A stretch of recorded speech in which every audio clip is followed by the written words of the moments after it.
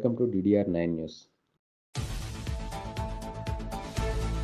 హన్మకొండ జిల్లా పెంబర్తి గ్రామానికి చెందిన ఏకశిల ప్రైవేట్ స్కూల్ బస్ నిన్న అనగా 27 సాయంత్రం సుమారు 6 గంటల ప్రాంతంలో కమలాపూర్ మండల కేంద్రం నుంచి కన్నూరి గ్రామానికి వెళ్తుండగా ఉమామహేశ్వర గార్డెన్ దగ్గర యూటర్న్ తీసుకుంటుండగా పర్కాల నుంచి హుజురాబాద్ వెళ్లే కారు అతివేగంగా బస్సును వెనుక నుంచి ఢీకొంది.